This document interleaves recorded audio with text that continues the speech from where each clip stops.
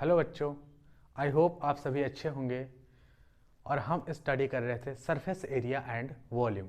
Surface area and volume study कर रहे थे और इससे पहले की वीडियो में एक्सरसाइज 13.3 कंप्लीट हो चुकी है, ठीक है। और अब हम आज स्टडी करेंगे एक्सरसाइज 13.4। और एक्सरसाइज 13.4 को सॉल्व करने के लिए, हम क्वेश्चंस उसके सॉल्व कर सके, उसके लिए एक छोटा सा कॉन्सेप्ट हमें सीखना है और वो है सरफेस एरिया वॉल्यूम का कॉन्सेप्ट, फ्रस्टम ऑफ अ कोन। ठीक है, तो हेडिंग डालते हैं फ्रस्टम ऑफ अ कोन और समझते हैं कि ये फ्रस्टम क्या होता है, फ्रस्टम का क्या वॉल्यूम होता है और फ्रस्टम का कर्व सरफेस एरिया क्या होता है, टोटल सरफेस एरिया। यहाँ पर सारे हम फॉर्मूले सीखने वाले हैं, ठीक है। तो हेडिंग डालते हैं frustum of a cone. Frustum of a cone क्या होता है, फ्रस्टम ऑफ अ कोन। ठीक है, सबसे पहले तो हम देखते हैं कि फ्रस्टम कैसा दिखता है, ये हम निकालें। क्योंकि जितने भी फिगर हमने 3D में स्टडी किए हैं, सबके कर्व सरफेस एरिया, सबके वॉल्यूम निकाले हैं, तो यहाँ पर हमें फिगर दिख रहा था कि हाँ ये फिगर है, क्यूबॉइड इस तरह का होता है, सिलेंडर इस तरह का होता है, ठीक है। तो फ्रस्टम किस तरह का होता है, तो फ्रस्टम देखिए कोई अलग से फिगर नहीं है, यहाँ पर बस कोन को एक स्पेसिफिक एंगल से कट करके फ्रस्टम बनाया जाता है, ठीक है। तो फ्रस्टम ऑफ अ कोन, कैसे फ्रस्टम बनाया गया है, कॉन्सेप्ट क्या है, उसको हम सॉल्व करते हैं, मतलब पता करते हैं। तो जैसे ये कोन है,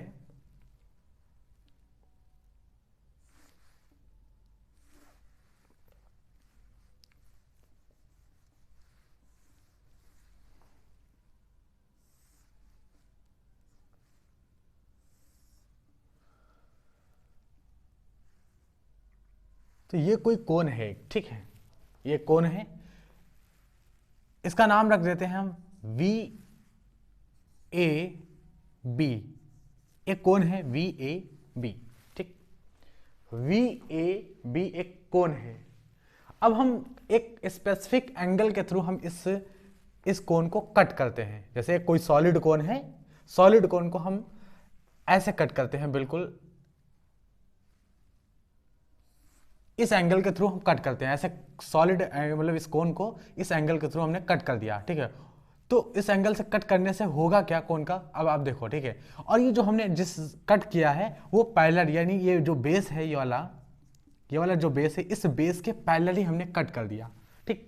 कट कैसे करना है, ये कोन था वी ए बी, एक कोन था, और इस बेस के पैरेलल हमने ऐसे कट कर दिया। कट करने के बाद क्या होगा हम देखते हैं, ठीक। कट करने के बाद कुछ ऐसा होगा, दो पार्ट्स में कट कर जाएगा, एक ऊपर वाला पार्ट्स और एक नीचे वाला हिस्सा, ठीक है। तो ऊपर वाला पार्ट्स कुछ इस तरह से आएगा,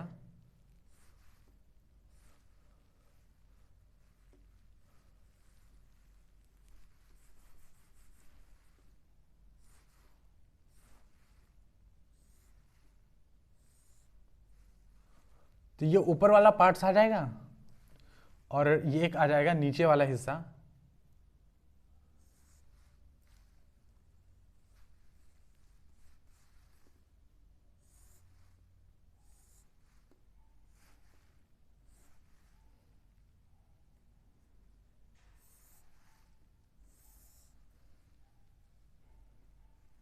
तो ये कुछ इस तरह से कट होने के बाद जो है, कट करने के बाद कुछ इस तरह का बन जाएगा, ठीक है। ऊपर वाला एक हिस्सा ये हो जाएगा और नीचे वाला हिस्सा, और ये जो सरफेस होगा, यानी ये सरफेस जो होगा ये वाला, और ये वाला जो सरफेस होगा, ठीक है, इसी सरफेस से तो ये कट हुआ, कट होके ऊपर चला गया। अच्छा ये क्या है, ये क्या है, जब किसी भी कोण को उसके बेस के पैरेलली कट करेंगे तो उससे क्या मिलेगा, उससे मिलेगा एक कोण मिलेगा, और ये क्या मिलेगा, इसी को तो हम फ्रस्टम कहते हैं। तो नीचे वाले जो बेस है, नीचे वाला ये भी बेस ही है, ठीक है, ये जो बेस था वही ये बेस है, ठीक, ये कोन का ही बेस है।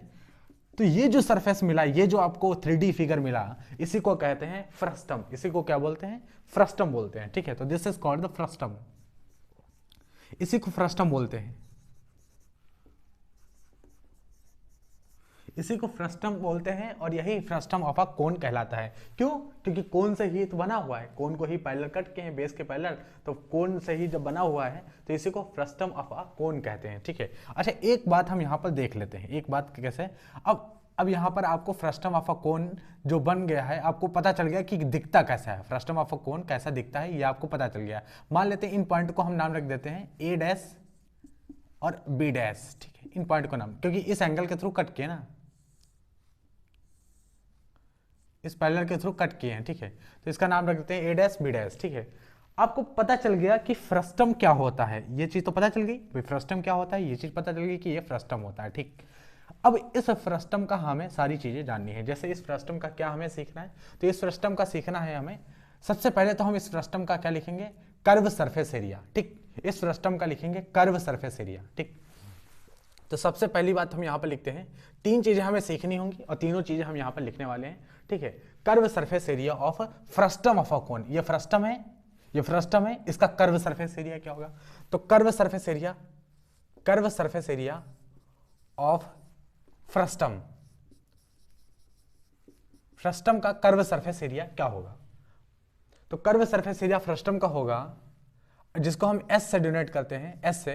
तो यहां पर एस कितना होगा, एस कितना होगा, तो एस हो जाएगा कर्व सरफेस एरिया, और ये हो जाएगा pi into R1 plus R2 into L, ठीक है। Pi into R1 plus R2 into L, where L is equal to L क्या होगी, R1 माइनस R2 का होल स्क्वायर प्लस H का होल स्क्वायर, ठीक है, H का होल स्क्वायर। ये L का वैल्यू यहां पर रखेंगे, ठीक है। तो कर्व सरफेस एरिया टोटल कितना आ जाएगा, टोटल कर्व सरफेस एरिया आ जाएगा, टोटल कर्व सरफेस एरिया ऐसे भी लिख सकते हो आप चाहो तो, pi into R1 plus R2 into L लिखेंगे, तो एल यानी R1 माइनस R2 का whole square plus H square, ठीक है। ये आपका एल आ जाएगा। आप सोच रहे होंगे ये कहाँ से, ये R1 है, R2 है, एल है, कर्व सरफेस एरिया लिख रहे हैं, कहाँ से लिख रहे हैं, यहाँ तो कुछ बताया नहीं, ठीक है। लेकिन बस हमें ये देखना है, अभी हम जस्ट इसके बाद डिस्कस करने वाले हैं। लेकिन कर्व सरफेस एरिया होगा pi into R1 plus R2 into under root R1 minus R2 का whole square plus H square. अब ये कर्व सरफेस एरिया होता है, फ्रस्टम का होता है, ठीक है। लेकिन अब ये R1 R2 और L क्या है, ठीक है। इस फॉर्मूले के अंदर जो हमने लिखा है R1 R2 और L क्या चीजें हैं, यहां पर हम फ्रस्टम में इसको डिस्कस करते हैं, ठीक है। तो ये जैसा कि यहां पर फ्रस्टम है, ये फ्रस्टम है, ठीक है। हमेशा याद रखना ये जो फ्रस्टम है, फ्रस्टम का जो है ये वाला, जैसे कोन में हम क्या बोलते थे, कोन में ये इस लाइन को क्या बोलते थे, स्लैंट हाइट, ठीक है। इस हाइट को, यानी ये होती थी हाइट ऑफ द कोन, ये होती थी हाइट ऑफ द कोन, और ये होती थी स्लैंट हाइट ऑफ द कोन। तो यहां पर भी फ्रस्टम में भी बहुत बेसिक चीज हमें ये सीखना होगा। फ्रस्टम में भी ये जो होती है, ये इसी को कहते हैं स्लैंट हाइट एल, इसी को कहते हैं स्लैंट हाइट एल, ठीक है। ये क्या है, स्लैंट हाइट एल है, ठीक। फ्रस्टम में भी होती है, जैसा कोन में थी वैसा फ्रस्टम में भी स्लैंट हाइट ये होती है, ठीक। अच्छा, ये जो इस सरफेस के मिडिल पॉइंट से और इस सरफेस के मिडिल पॉइंट तक जो ये डिस्टेंस होती है, ये जो लेंथ होती है, ये क्या होती है, ये हाइट ऑफ द कोन होती है, ये हाइट ऑफ द फ्रस्टम होती है, कोन नहीं, ये हाइट ऑफ द फ्रस्टम होती है। तो एच क्या है, हाइट ऑफ द फ्रस्टम। अच्छा, एक और चीज आप देख रहे होंगे, इस फ्रस्टम का एक और इंपॉर्टेंट चीज ये है कि नीचे वाला सरफेस देखो, नीचे वाला सरफेस होता है वो कैसा है, नीचे वाला सरफेस बड़ा है और ऊपर वाला सरफेस छोटा है, ठीक। तो हमेशा याद रखना जो R1 होती है, R1 हमेशा ये जो R1 है, R1 is always greater than R2, R1 is always greater than R2। ये हमेशा याद रखना कि R1 is always greater than R2, ठीक है। तो R1 is always greater than R2 यानी R1 बड़ी है। तो किस सरफेस की रेडियाई होगी R1, आप देखो किस सरफेस की, जब R1 बड़ी है तो इस सरफेस की होगी भाई, इस सरफेस की रेडियस, क्योंकि ये सरफेस ज्यादा बड़ा है, ये सरफेस कम बड़ा है, इसकी रेडियस ज्यादा बड़ी होगी, ये रेडियस कम बड़ी होगी। तो ये रेडियस कितनी होगी, ये वाली, ये रेडियस होगी R1 और ये रेडियस होगी R2, ठीक है। इस कोण को आप मिटाल देते हैं, ठीक है। चलो अभी नहीं मिटालते हैं, क्योंकि अभी हमें कॉन्सेप्ट पता करना है कि क्या चीज़, छोटी सी बात, एक और चीज़ सीखनी है, तो इसलिए हम रब नहीं करेंगे। तो ये R1 है और ये क्या है, R2 है, ये है R2। इस वाले सरफेस की, अच्छा इस वाले सरफेस की भी तो रेडियस R2 हो जाएगी भाई, ये वाला सरफेस अलग थोड़े ना है, ये एक ही चीज़ तो है। यहाँ से कट किया आपने तो ये वाला सरफेस एक ही है। तो इस वाले ऊपर वाले यानी ये फ्रस्टम है, फ्रस्टम के नीचे वाले बेस का जो रेडियस है वो R1 होगा, और फ्रस्टम के ऊपर वाले बेस का रेडियस क्या होगा, ऊपर वाले बेस का रेडियस ये क्या होगा, ये R2 होगा। और R1 हमेशा R2 से बड़ा होगा, R1 हमेशा R2 से बड़ा होगा, ठीक है। ये फॉर्मूले जो हमने लिखे हैं, जिस ऑर्डर्स में लिखे हुए हैं, उसमें हर सब में R1 always greater than R2 है, ठीक। ये मान के चलेंगे, ठीक है। यानी आप ये भी मान के चल सकते हो कि बड़े वाले सरफेस का, यानी जिन फॉर्मूले को हम यूज करेंगे फ्रस्टम में, उसमें बड़े वाले सरफेस का जो भी रेडियस होगा, बड़े वाले सरफेस का रेडियस, उसको हम r1 मान के चलेंगे और छोटे वाले सरफेस का रेडियस r2 मान के चलेंगे, ठीक है। तो ये आ गया, क्या हमारा आ गया, S आ गया, और S क्या है, कर्व सरफेस एरिया, पाई into R1 plus R2, R1 minus R2 का होल स्क्वायर प्लस एच का होल स्क्वायर। आप सोच रहे होंगे इसका डेरिवेशन नहीं किया आपने। तो देखिए डेरिवेशन ना तो आपके सिलेबस में है और ना ही तो आपसे पूछने वाला है कोई डेरिवेशंस, ठीक है। आपसे कोई नहीं पूछने वाला है डेरिवेशंस क्या होगा।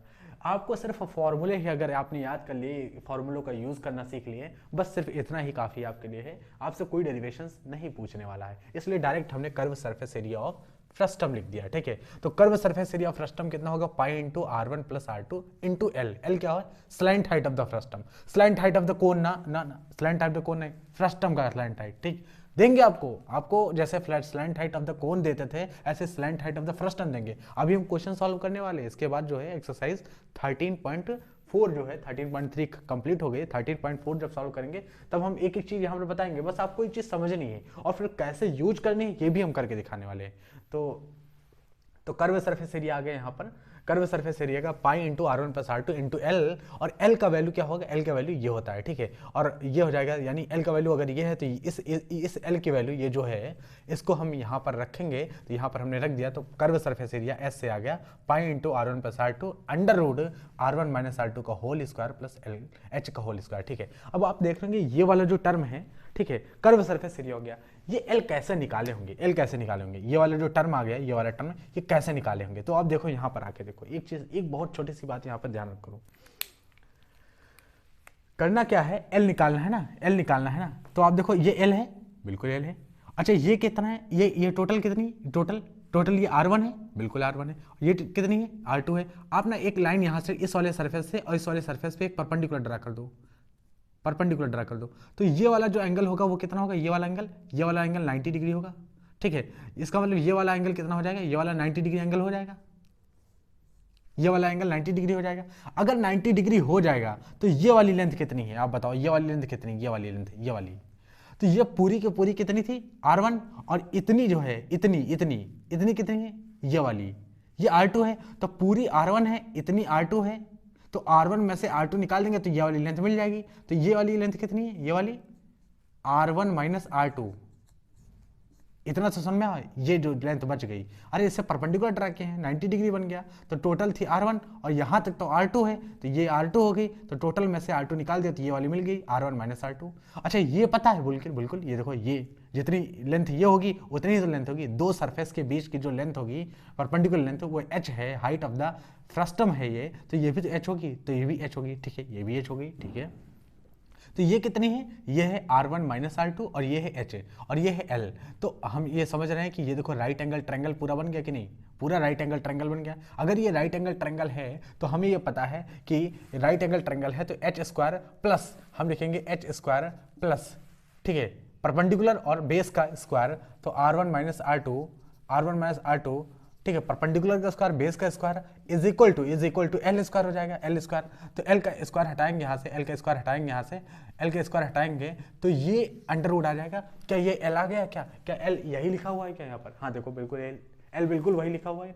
तो एल कहाँ से हम सॉल्व करके लाए हैं, आपका सवाल अगर ये है कि एल कहाँ से आया है, तो एल देखो यहाँ से आया है, ठीक है। तो अब आप देख पा रहे होंगे कि हाँ curve surface area of frustum कितना होता है, तो pi into R1 plus R2। करना क्या है आपको, नीचे वाली जो रेडियस दी गई है R1 और ऊपर वाली रेडियस दी गई R2, इन दोनों को सम कर देना है और नीचे वाली ऊपर वाली रेडियस का डिफरेंस निकालना है, square plus height of the कोन का स्क्वायर करके अंडर रूट ले लेना है, तो ये आपको curve surface area of frustum मिल जाएगा। लेकिन टोटल सरफेस एरिया कैसे मिलेगा, तो कर्व सरफेस एरिया ऐसा हमें पता है, ठीक है। दूसरा क्या निकालना है, दूसरा निकालना है टोटल सरफेस एरिया। लेकिन ये कर्व सरफेस एरिया, ये टोटल सरफेस एरिया, ये वॉल्यूम ऑफ द फ्रस्टम, ये सब निकाल रहे हैं, ठीक है। डेरिवेशंस क्या गया होगा, इसका डेरिवेशन क्या हो गया होगा, लेकिन एक बेसिक फंडामेंटल चीज जो हम ये डिस्कस कर सकते हैं कि ये कैसे फॉर्मूले आए होंगे। आप सोच सकते हो कि कैसे ये फॉर्मूले आए होंगे, भाई कर्व सरफेस एरिया कैसे निकाला गया होगा।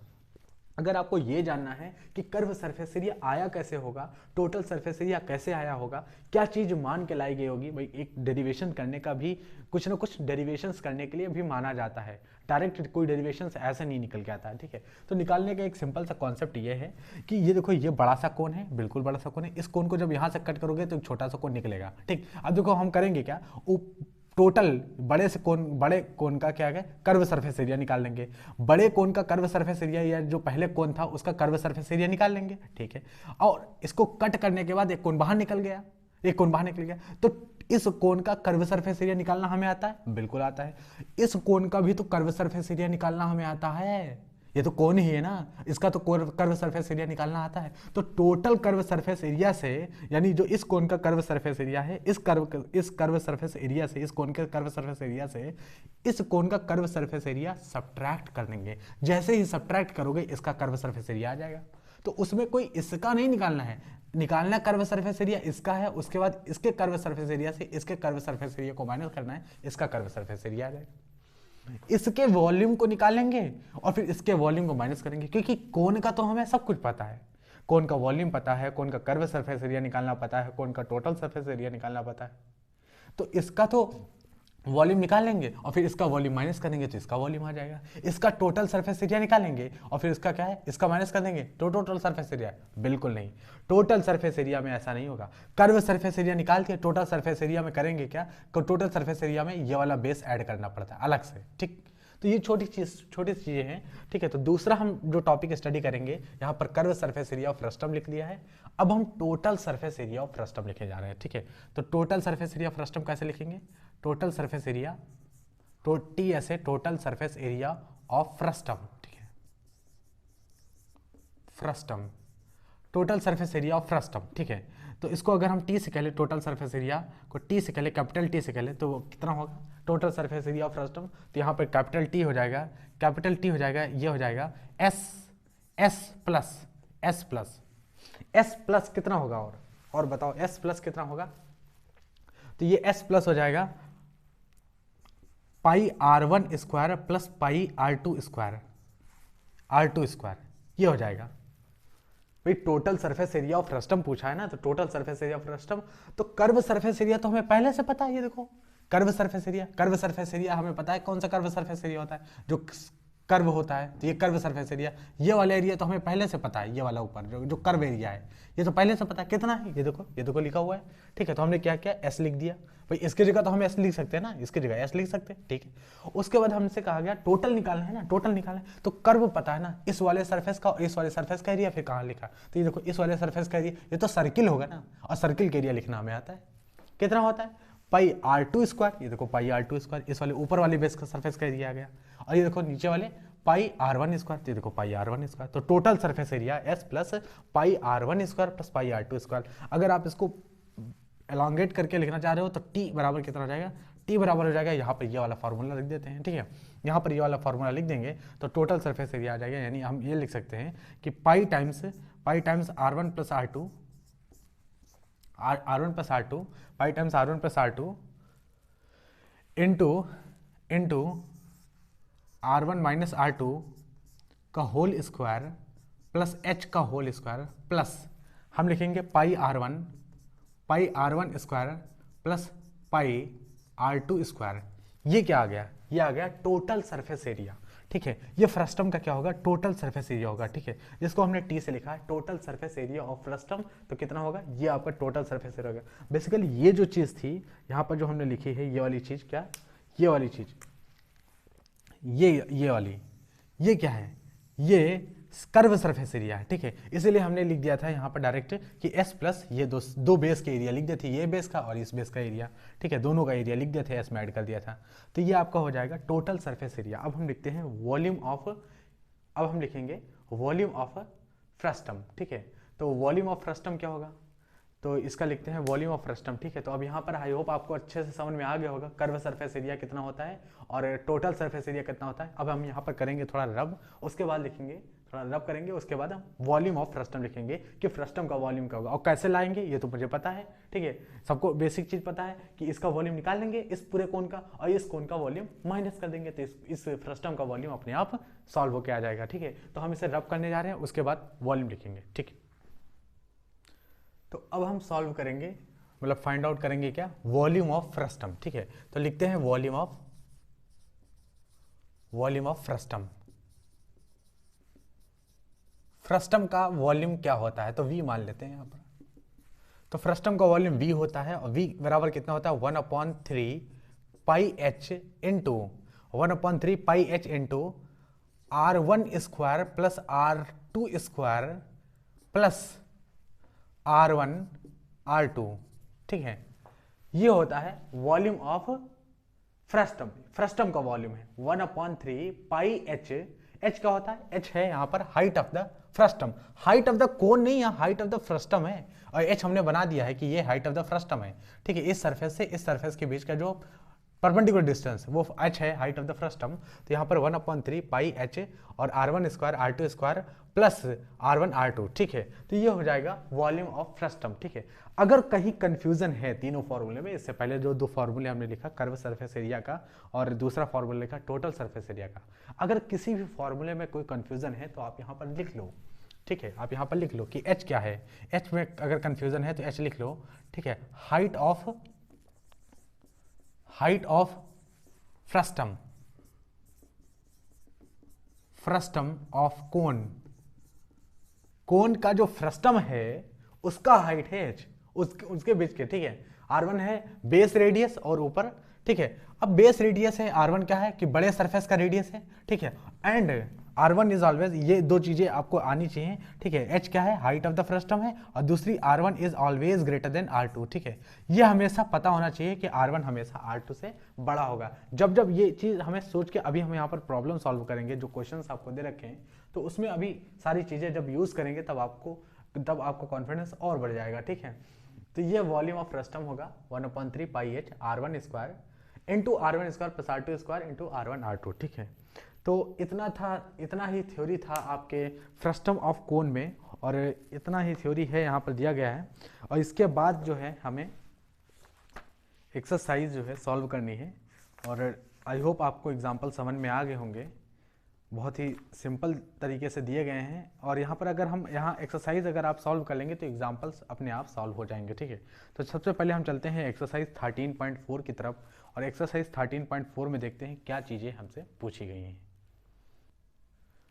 तो अब हम सॉल्व करेंगे एक्सरसाइज 13.4, ठीक है। तो डाल देते हैं यहाँ एक्सरसाइज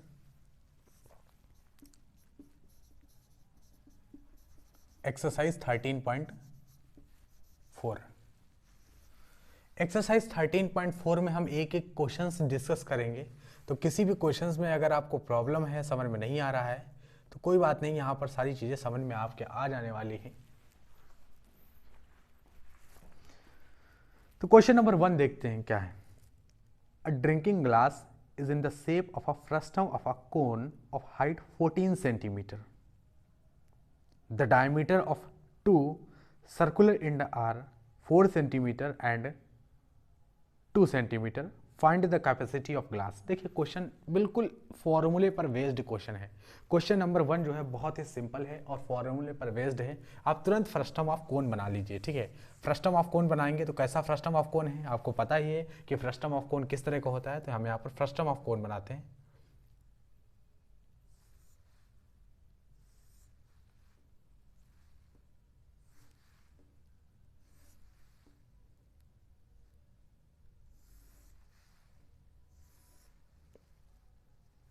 कुछ ज़्यादा बड़ा बन गया, लेकिन कोई बात नहीं, हमें तो क्वेश्चन सॉल्व करना है, तो कोई बात नहीं, इतना बड़ा हो गया। अब ये यहाँ पर यह बताया गया है कि अ drinking glass is in the shape of a frustum of a cone of height 14 centimetre. रुक जाइए 1 मिनट, हम यहाँ पर रब करेंगे इसे, दूसरा फिगर बनाएंगे।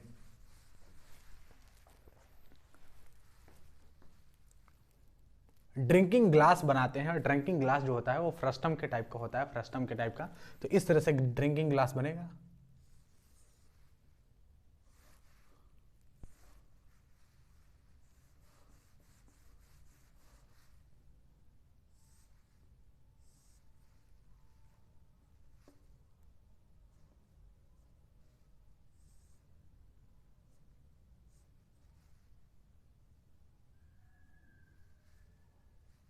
कुछ इस तरह की शेप होगी जिस फिगर की ये बात कर रहे हैं। ये ड्रिंकिंग ग्लास एक तरह से, ठीक है।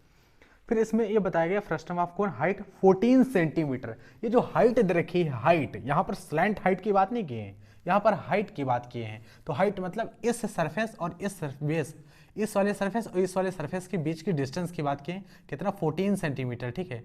तो ये जो टोटल हाइट है, ये टोटल हाइट 14 सेंटीमीटर की बात की है, 14 सेंटीमीटर, ये टोटल हाइट की बात की है, यानी इस सरफेस और इस सरफेस के बीच की बात की 14 सेंटीमीटर, ठीक, height. The diameter of its two circular end are 4 centimetre and 2 centimetre, ठीक है। Find the capacity of the glass. 4 centimetre और 2 सेंटीमीटर डायमीटर है। अब आप एक चीज देखो, यहाँ पर डायमीटर कितना बताएं, 4 सेंटीमीटर और 2 सेंटीमीटर। अब आप सोचो यहाँ पर किस सरफेस का डायमीटर 4 सेंटीमीटर होगा। अरे बड़े वाले सरफेस का डायमीटर 4 सेंटीमीटर होगा। अगर बड़े वाले सरफेस का डायमीटर 4 सेंटीमीटर होगा तो रेडियस कितनी होगी, रेडियस कितनी होगी, तो रेडियस हो जाएगी 2 सेंटीमीटर, ठीक है। 2 सेंटीमीटर रेडियस हो जाएगी 2 सेंटीमीटर। और छोटे वाले सरफेस का रेडियस कितना होगा, छोटे वाले, तो छोटे वाले का डायमीटर 2 सेंटीमीटर था, रेडियस 1 सेंटीमीटर हो जाएगी, तो 1 सेंटीमीटर हो जाएगी। तो ये छोटा वाला सरफेस है और इसका रेडियस कितना बताया था, तो इसका रेडियस बताया था 2 सेंटीमीटर, तो इसका डायमीटर बताया था 2 सेंटीमीटर डायमीटर, तो रेडियस हो जाएगी 1 सेंटीमीटर और इसका डायमीटर था 4 सेंटीमीटर, तो इसकी रेडियस होगी 2 सेंटीमीटर, ठीक। अब आपसे पूछा है कैपेसिटी बताओ, यानी वॉल्यूम बताओ इसका, ठीक है। तो वॉल्यूम एक तरह से ये फ्रस्टम है, वॉल्यूम ऑफ ड्रिंकिंग वाटर अगर लिखें डायरेक्ट, या वॉल्यूम ऑफ फ्रस्टम, तो यहाँ पे लिखेंगे वॉल्यूम ऑफ ड्रिंकिंग, क्या उसमें कुछ बोल के रखा है, find the capacity of the glass, ठीक है। तो वॉल्यूम ऑफ ग्लास या कैपेसिटी ऑफ ग्लास लिख सकते हो। कैपेसिटी या फिर वॉल्यूम दोनों एक ही चीज है। तो capacity of glass, capacity of glass क्या होगा, कैपेसिटी ऑफ ग्लास क्या होगा, कैपेसिटी इसमें कितना पानी आएगा, तो इसमें इसके वॉल्यूम कितना पानी आएगा। और वॉल्यूम ये फ्रस्टम के शेप का है, तो फ्रस्टम हमें पता है इसका वॉल्यूम कितना होगा इसका फ्रस्टम का volume 1/3 pi H into R1 square plus R2 square plus R1 R2, ऐसा हो जाएगा, ठीक है। पाई का वैल्यू कुछ बताया है क्वेश्चन में कि इतना पाई का वैल्यू रखना है, बिल्कुल नहीं, क्वेश्चन में कुछ भी नहीं बताया है। तो पाई का वैल्यू 22/7 ही रखना है, ठीक है। 1/3 पाई का वैल्यू आपको 22/7 ही रखना है। और हाइट कितनी दे रखी है, तो 14 सेंटीमीटर, ठीक है। हाइट 14 सेंटीमीटर दे रखी है, तो 14 सेंटीमीटर रखनी। और R1 स्क्वायर, R1 कितना है, तो आप R1 किसको मानना है, R1 is always greater than R2। तो R1 कौन, R1 बड़ी वाली यानी 2, ठीक है। तो R1 यानी 2, तो 2 का स्क्वायर करोगे तो कितना आ जाएगा 4, 2 2 4 हो जाएगा, ठीक है। 1 R2 कितना हो जाएगा फिर, तो R2 हो जाएगा यहाँ पर लिख लेते हैं। R1 कितनी है, तो R1 है 2 सेंटीमीटर, R2 कितनी है, तो R2 यहाँ पर 1 सेंटीमीटर। और R1 always greater than R2, आप देख सकते हो ये फॉर्मूला हमेशा ये होना चाहिए, ये याद होना चाहिए, ठीक है। तो R2 कितनी है, यहाँ पर 1 सेंटीमीटर है, तो यहाँ पर 1 का स्क्वायर 1 हो जाएगा, ठीक है। फिर R1 R2 यानी R1 को R2 से मल्टीप्लाई करो तो 2 1 2, ठीक है। तो यहाँ पर 2 लिखेंगे डायरेक्ट, ठीक है। स्क्वायर का साइन नहीं लगाए हैं, डायरेक्ट हमने लिख दिया है, ठीक, यहाँ पर। अब इसको सॉल्व करते हैं, कितना आता है तो देखते हैं। 1/3 इंटू 22/7, देखो 7 दूनी 14 कैंसिल भी हो गया, ठीक है। तो 22 दूनी 44, ठीक है, ये 44 आ गया। और इसके अंदर कितना आ गया, 4 5 6 7, तो ये 7 आ गया, ठीक। 7 कैंसिल हो क्या आ गया, 4 R1 स्क्वायर R1 है 2 दूनी 4, और R2 स्क्वायर तो 1 का स्क्वायर करेंगे, ठीक है। और फिर R1 R2 का मल्टीप्लिकेशन करेंगे, ठीक है। 4 2 6 7, ठीक, 7 दूनी 14 हो गया, यहाँ से कैंसिल हो गया, ठीक है। 22 दूनी 44 और ये आ गया, तो ये कितना हो जाएगा, 7 चौक 28, 7 चौक 28, तो ये 30/3। अब यहाँ पे देखते हैं कि ये कितना आएगा, ठीक है। अब इसको आप डिवाइड कर लीजिए, इतना आ गया हमारा, क्या आ गया, ये क्या आ गया, ये कैपेसिटी ऑफ द ग्लास आ गई। ये किस में आएगी, तो इसमें सब चीज सेंटीमीटर में दे रखे हैं, तो ये भी आ जाएगा सेंटीमीटर क्यूब, ठीक है। इसको आप डिवाइड करके भी लिख सकते हो, जैसे आप डिवाइड करना चाहो तो यहाँ से डिवाइड कर सकते हो कि 3 से आप डिवाइड करो तो 308, 3 1 3, 0 लाएंगे, फिर उसके बाद 8 जाएंगे, 3 2 6, 2 आ जाएगा। तो इसको ये भी लिखा जा सकता है, ये भी फाइनल आंसर लिख सकते हो कि 102 सही 2/3, सेंटीमीटर क्यूब। ये हमारा फाइनल आंसर होगा, ठीक है। बस इसके बाद कुछ नहीं हो सकता इसका। तो 102 से 2/3 सेंटीमीटर क्यूब ये हो जाएगा हमारा कैपेसिटी ऑफ द ग्लास, ठीक है। आई होप आपको समझ में आया होगा। केवल फॉर्मूले पर ये बिल्कुल बेस्ट क्वेश्चन था, केवल फॉर्मूले का आपसे यूज यहाँ पर पूछ रहे हैं कि आपको फॉर्मूले का यूज करना आता है या नहीं आता है, ठीक। तो अब हम अगले सवाल पे मूव करेंगे, क्वेश्चन नंबर 2 की तरफ। क्वेश्चन नंबर 2 क्या है, यहाँ पर क्वेश्चन नंबर 2 देखते हैं। The slant height of a frustum. देखिए यहाँ पर स्लैंट हाइट जब भी आपको दी जाएगी फ्रस्टम की तो मेंशन कर दी जाएगी, ठीक है। तो यहाँ पर स्लैंट हाइट दिए हैं तो स्लैंट हाइट हमें बनाना है, ठीक। और हाइट ऑफ द फ्रस्टम बोल दिया तो ये एच हाइट क्या होगी, दोनों सरफेस के परपेंडिकुलर डिस्टेंस जो होगी, दोनों सरफेस के बीच का डिस्टेंस, वो हाइट ऑफ द फ्रस्टम होगी। और स्लैंट हाइट तो वो स्लैंट हाइट वाला यानी जो उसमें फॉर्मूले में देखे थे वो वाला हाइट हो जाएगा। The slant height of a frustum of a cone is 4 centimetre. यहाँ पर स्लैंट हाइट 4 सेंटीमीटर है। And the perimeter circumference of its circular ends are 18 centimetre and 6 centimetre. अच्छा, सर्कमफेरेंस दे रखा है दोनों सरफेस का, ठीक है। Find the curve surface area of the frustum. Curve surface area of frustum निकालना है। देखिए बहुत थोड़ा सा सवाल को ट्विस्ट किया है इन्होंने। क्वेश्चन नंबर 2 देखिए। क्वेश्चन नंबर 2 क्या है कि सबसे पहले तो हम फ्रस्टम बना लें, क्योंकि फ्रस्टम की बात कर रहे हैं तो फ्रस्टम बना लेते हैं।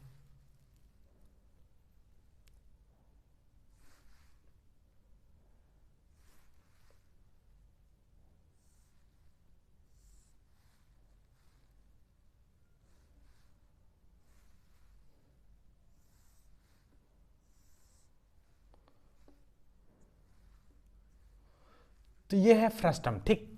अब इसमें जो चीज बताई गई है वो सारी चीजें हम मेंशन करते हैं। सबसे पहले क्या बताया गया, स्लैंट हाइट कितना बताया गया, slant height of the frustum of a cone is 4 centimetre. Slant height ये वाला टिक कर दे, ये वाला बना दे, नहीं नहीं नहीं बिल्कुल नहीं। ये हाइट ऑफ द फ्रस्टम होती है, यानी इस सरफेस से और इस सरफेस के बीच में जो हाइट होती है वो हाइट ऑफ द फ्रस्टम होती है। तो slant height of the frustum क्या होगी, ये जो आपको दे रखी है ये slant height of the frustum है। ये वाला जो हाइट है वो 4 सेंटीमीटर है, ठीक है। ये जो लेंथ है ये फ्रस्टम का, ये स्लैंट हाइट है 4 सेंटीमीटर, ठीक है। एल जो दे रखे हैं यही एल है, ठीक।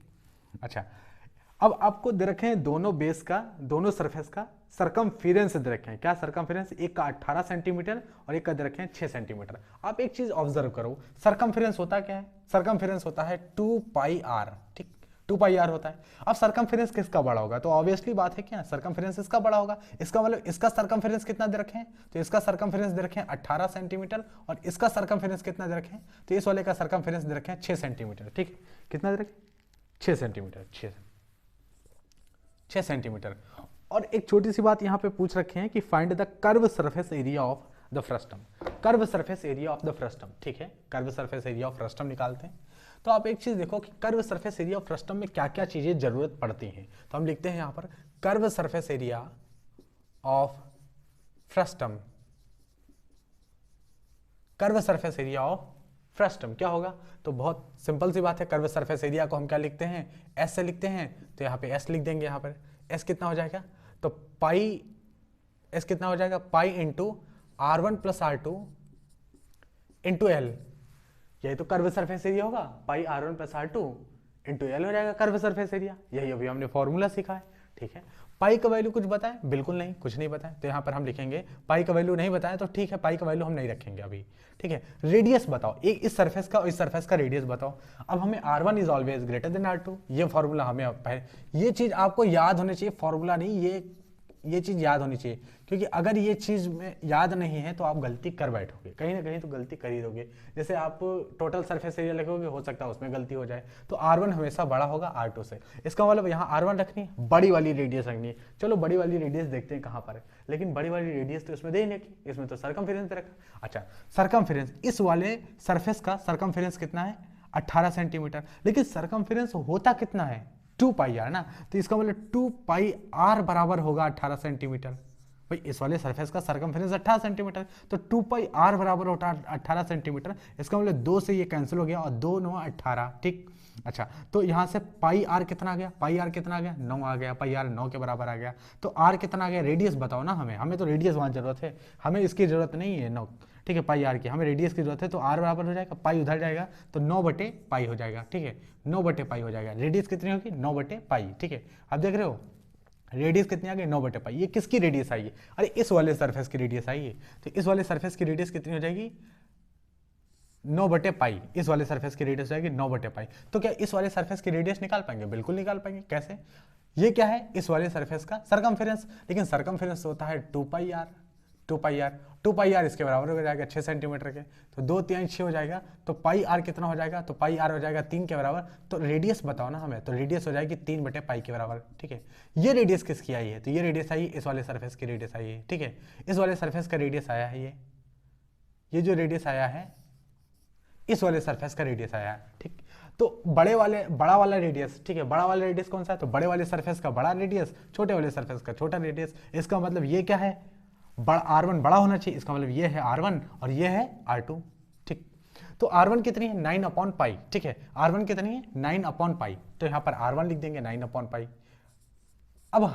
अब ये सोचने की जरूरत नहीं कि ये 9/पाई रेडियस आया कहाँ से, क्योंकि हमको जो है 18 सेंटीमीटर और 6 सेंटीमीटर सरकमफेरेंस पहले से दे रखा था, और सरकमफेरेंस से दे रखा है तो रेडियस निकाल सकते हैं 2πr से। ठीक है, इसका भी रेडियस जिस प्रोसेस से लाए हैं उसी प्रोसेस से इसको रेडियस निकालें। तो रेडियस कितना आ गया? 9/पाई। ठीक है, R1 ये आ गया, R1 हमेशा बड़ा होता है। और R2 कितना आ गया? R2, तो दूसरा रेडियस आ गया R2 आ गया यहाँ पर 3/पाई। तो यहाँ पे देखो 3/पाई हो गया, 3/पाई। L slant height of the frustum, क्योंकि curve surface area of frustum लिख रहे हो तो slant height of the frustum. लेकिन क्वेश्चन में आपको स्लैंट हाइट दे रखा है, कितना दे रखा है? 4 सेंटीमीटर। ठीक है, क्वेश्चन में आपको स्लैंट हाइट दे रखा है 4 सेंटीमीटर। तो यहाँ पर कोई फॉर्मूला नहीं लिखाएंगे, डायरेक्ट 4 से मल्टीप्लाई कर देंगे। तो देखो कितना आ गया। ठीक है, कितना आ गया? आप देखो पाई बराबर है यहाँ पर, अरे डिनोमिनेटर बराबर है तो सीधे हम क्या करेंगे? डायरेक्ट ऐड करेंगे। तो 9 3 12 हो गया। तो पाई इंटू 9 3 12 ऊपर, तो 12/पाई इंटू 4। अब देखो पाई से पाई कैंसिल हो गया, तो हम क्यों वैल्यू नहीं रखे थे? आपको पता होगा कि वैल्यू क्यों नहीं रखा गया था, क्योंकि पाई से पाई कैंसिल हो गया। 12 चौक कितना हो गया? 12 चौक 48, यानी 12 4 जा 48। ठीक है, तो 48 आ गया। तो ये क्या आ गया? 48 आ गया भाई, 48 सेंटीमीटर स्क्वायर, क्योंकि सब चीज सेंटीमीटर में था, तो 48 सेंटीमीटर स्क्वायर आ गया। ये क्या निकल के आ गया? Curve surface area of frustum निकल के आया। तो फ्रस्टम का कर्व सरफेस एरिया कितना होगा? 48 सेंटीमीटर स्क्वायर। ये आपका होगा आंसर। ठीक है, 48 centimetre square curve surface area of frustum of cone. तो कोन के फ्रस्टम का कर्व सरफेस एरिया कितना होगा? 48 सेंटीमीटर स्क्वायर। आई होप आपको समझ में आया होगा, बहुत ही सिंपल क्वेश्चन था। अब हम अगला क्वेश्चन सॉल्व करेंगे, क्वेश्चन नंबर 3। क्वेश्चन नंबर 3 क्या है? अब हम इसे सॉल्व करेंगे। A fez the cap used by a Turk is shaped like the frustum of a cone, figure 13.24। ठीक है, आपको फिगर बता दिया गया है कि फिगर 13.24 में जो फिगर बना हुआ है इसी के बारे में कुछ बातचीत कर रहा है question number 3। If its radius on the open side is 10 centimetre, ठीक है, radius at the upper base is 4 centimetre and it's slant height is 15 centimetre, find the area of material use for making it. Area of the material आपको निकालना है कि इसको बनाने के लिए कितना area of the material use किया गया है। ठीक है, तो area of the material use for making it question number 3 है। फिगर बनाते हैं हम। ये फिगर यहां पर बना हुआ है, लेकिन ये कैसे अपने क्वेश्चंस को सॉल्व करने के लिए एक फिगर बना लेते हैं।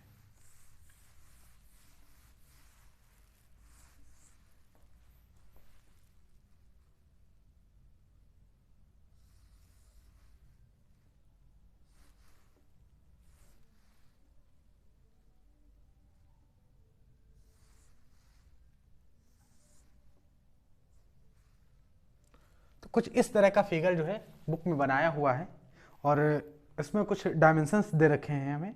डायमेंशंस क्या हैं? If its radius on the open side is 10 centimetre, radius at the upper base is 4 centimetre. अच्छा, एक रेडियस ऊपर वाले बेस की रेडियस कितनी? 4 सेंटीमीटर रखी। ठीक है, ऊपर वाले बेस की रेडियस तो 4 सेंटीमीटर रखी, और नीचे वाले जो ये बेस है इसका रेडियस कितना है? इसका 10 सेंटीमीटर देखा है, लेकिन ये बताया है कि ओपन है। ये याद रखना, ये ओपन है। ओपन यहाँ पर कोई मटेरियल नहीं है ताकि कैप लगाई जा सके, ठीक है। कुछ कैप के बारे में ही बात, कैप जैसा है ना, तो कैप ताकि लगाई जा सके इसलिए ये ओपन है, open side is 10। Open side का रेडियस 10 सेंटीमीटर है और क्लोज साइड का रेडियस इसमें बताया radius at the upper base is 4 centimetre, ठीक है। And it's a slant height जो है 15 सेंटीमीटर, यानी जो ये वाली लेंथ है ये वाली, ठीक है, स्लैंट हाइट वो कितना है, ये वाला लेंथ जो है वो 15 सेंटीमीटर आपको बताया गया है, ये स्लैंट हाइट, ठीक है। हाइट अगर बोलता तो हाइट तो ये वाली होता रहती है, ठीक है, हाइट ऑफ द फ्रस्टम। तो स्लैंट हाइट कितना है 15 centimetre. Find the area of the material used for making it. तो area of the material direct हम लिखेंगे यहाँ पर area of material used, area of material, area of material used, ठीक है, एरिया ऑफ मटेरियल यूज। अब कैसे पता चलेगा, आप एक चीज ऑब्जर्व करो कि ये अगर बेस, ये वाला बेस सरफेस ओपन है तो यहां तो कुछ लगाया नहीं गया होगा भाई, यहां तो कुछ लगाया नहीं गया होगा, इसका मतलब ये वाला तो बंद ही है भाई, ऊपर का होगा तो ये तो बंद होगा, इसका मतलब हमें कर्व सरफेस एरिया निकाल दे, ये जो कर्व सरफेस एरिया है ये पूरा एरिया निकाल दें पूरा चारों तरफ से, और ये वाला इस वाले बेस का एरिया निकाल दें, इन दोनों के एरिया को ऐड कर देंगे तो हमें क्या मिल जाएगा, area of the material use मिल जाएगा। क्योंकि नीचे से जो सरफेस होगा, बेस जो होगा वो तो खुला है, उसका एरिया निकालने की जरूरत नहीं है हमें, ठीक है।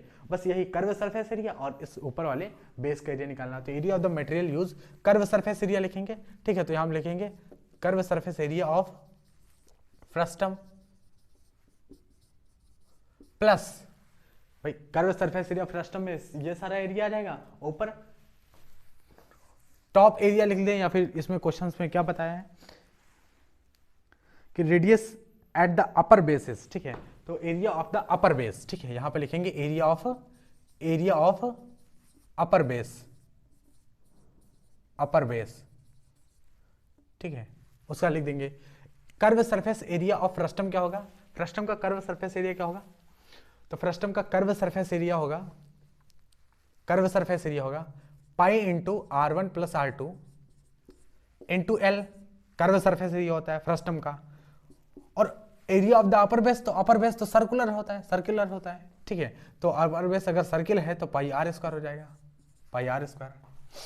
लेकिन यहां पर R1 R2 क्या होगा, तो हमें पता है R1 is always greater than R2। तो बड़ा कौन है इसमें से, ये बड़ा है, तो ये हो जाएगी R1, ये हो जाएगी R1, जो बड़ा है वो R1 हो जाएगा और जो छोटा है वो R2 हो जाएगा। तो अब तो R1 R2 का लिख देंगे, तो इस वाले एरिया लिख रहे हैं ना, अपर बेस का एरिया लिख रहे हैं ना, तो यहाँ पर इसकी रेडियस लिखेंगे ना, तो पाई R2 स्क्वायर लिखेंगे ना, ठीक है। अब R1 R2 हमें पता है, पाई का वैल्यू पता है, ठीक है। पाई देखो यहाँ पर भी है, पाई यहाँ पर भी है, तो पाई को कॉमन ले लेते हैं। पाई अगर कॉमन आ गया तो देखो R1 है, R1 कितना है, R1 कितना है, तो R1 देखो 10 सेंटीमीटर, ठीक है, 10 सेंटीमीटर। R2 कितना है, R2 तो R2 4 सेंटीमीटर, 10 इंटू 4। L कितना है, slant height of the frustum, तो स्लैंट हाइट क्या है 15 सेंटीमीटर, तो यहाँ पर 15 रख देंगे स्लैंट हाइट, प्लस यहाँ से देखो, यहाँ से पाई तो जा चुका है, R2 बचा है, R2 कितना है 4 है, ये R2 4 है, और 4 का स्क्वायर करेंगे, यानी आपको लिखना है 4 गुणे 4, ठीक है, ये आ गया। पाई का वैल्यू अभी नहीं रखेंगे, और 10 4 14, ये कितना आ जाएगा 10 4 14, 14 इंटू 15 प्लस ये कितना आ जाएगा 4 चौक 16। कुछ कॉमन आ रहा है क्या, हाँ बिल्कुल कॉमन आ रहा है, 2 कॉमन ले लो, कॉमन ना भी लो तो भी कोई फर्क नहीं पड़ना है, मल्टीप्लाई करके लिख देते हैं। तो 15 चौको 60 और 15 कन 15 6 21, 15 चौको 60, 15 कन 15 6 21, 210 और प्लस 16 मल्टीप्लाई करेंगे पाई से, पाई का वैल्यू कितना होगा 22/7, ठीक। तो ये कितना आ जाएगा 22/7, पाई का वैल्यू आ जाएगा 22/7 मल्टीप्लाइड बाई 210 प्लस 16 कितना आ जाएगा, तो 6, 1 1 2 और 2, ठीक है, 2 पहले से था, 1 1 2 6, 2 पहले से था, ठीक है। तो 22/7 ये आ जाएगा। अभी कैसे कैंसिल हो जाएगा, कैंसिल होगा कि नहीं होगा, 7 3 21, 1 बच गया, कैंसिल नहीं होने वाला है। तो 22 से हम इसको मल्टीप्लाई करेंगे 226 को, ठीक है, 226 को मल्टीप्लाई करना पड़ेगा हमें, 22 से मल्टीप्लाई करना पड़ेगा। बेसिकली हम इसे 22 को क्या लिख सकते हैं, 22 को लिख सकते हैं 11 इंटू 2, ठीक है, 11 भाई 22 लिखा था यहाँ था, तो हम ऐसे भी तो लिख सकते हैं 11 गुणे 2, 11 दूना 22 यही तो है, लेकिन हम इसे होगा क्या कि मल्टीप्लाई कर पाएंगे, तो 11 छक्का 66, 11 छक्का 66, 11 दूनी 22, 6 28, 11 दूनी 22, 23, 24। और इसको आपको मल्टीप्लाई करना है, 2 अभी बच गया ना, तो 2 से मल्टीप्लाई करना और फिर उसके बाद 7 नीचे है, 7 से डिवाइड करनी है, 7 लिखा हुआ है, ठीक। फिर उसके बाद मल्टीप्लाई करेंगे, कितना हो जाएगा, 2 से मल्टीप्लाई, 2 छंग 12, 2 छंग 12, 2 8 16, 1 17, 2 चौको 8, 1 9 और 2 दूनी 4, तो 49 72 डिवाइडेड बाई 7, कितना आ जाएगा, डिवाइडेड बाई 7।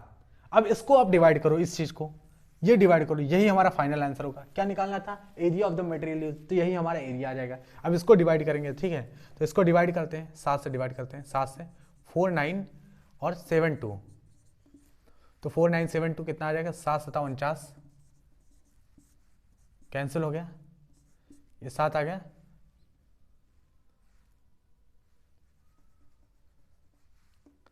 सात का नम 7, ये कैंसिल हो गया, यहाँ पर 2 बच जाएगा, तो एक तरह से यहाँ पर 0 हो जाएगा, तो 7 7 49 हुआ और यहाँ पर 7 है, तो 7 दहम 70 हो जाएगा बिल्कुल, और ये जो है 2 आ जाएगा। तो ये जो फाइनल आंसर हमारा कितना आएगा, तो आप ऐसे इसको ऐसे लिख सकते हैं, क्योंकि 2 रिमाइंडर आ गया, तो 710 सही 2/7, ठीक है। ये किस में आएगा हमारा एरिया, ये वाला जो आंसर आएगा वो किस में आएगा, तो सारे सेंटीमीटर में है, तो ये आ जाएगा सेंटीमीटर स्क्वायर, ठीक है, सेंटीमीटर स्क्वायर में ये एरिया आ जाएगा, ठीक है। आपसे बेसिकली यहाँ पर ये फाइनल आंसर हमारा होगा, इसको डिवाइड करने के बाद आया, तो इस तरह से आप चलेंगे और इस तरह से डिवाइड करेंगे जब इसको, तो ये हमारा आंसर आ जाएगा 710 सही 2/7, ठीक है। तो आई होप आपको अच्छे से समझ में आया होगा क्वेश्चन नंबर 3, और यहाँ पर हमें निकालना था area of the material use, तो आएगा 710 सही 2/7 सेंटीमीटर स्क्वायर। इतना एरिया का जो मटेरियल है वो यूज किया गया है इस कैप को बनाने के लिए, ठीक है। इससे डिवीजन करोगे तो इस तरह से आंसर आएगा। तो आई होप आपको अच्छे से समझ में आ गया होगा क्वेश्चन नंबर 3 एक्सरसाइज 13.4 का। और आज इतना ही रखते हैं। अब हम इससे बाद की वीडियो में, मतलब इसके बाद जो है बाकी के जो बचे हुए क्वेश्चन हैं, क्वेश्चन नंबर 3 तक हो गया, क्वेश्चन नंबर 4 और क्वेश्चन नंबर 5 जो बचे हुए हैं वो इसके बाद के वीडियो में सॉल्व करेंगे। धन्यवाद।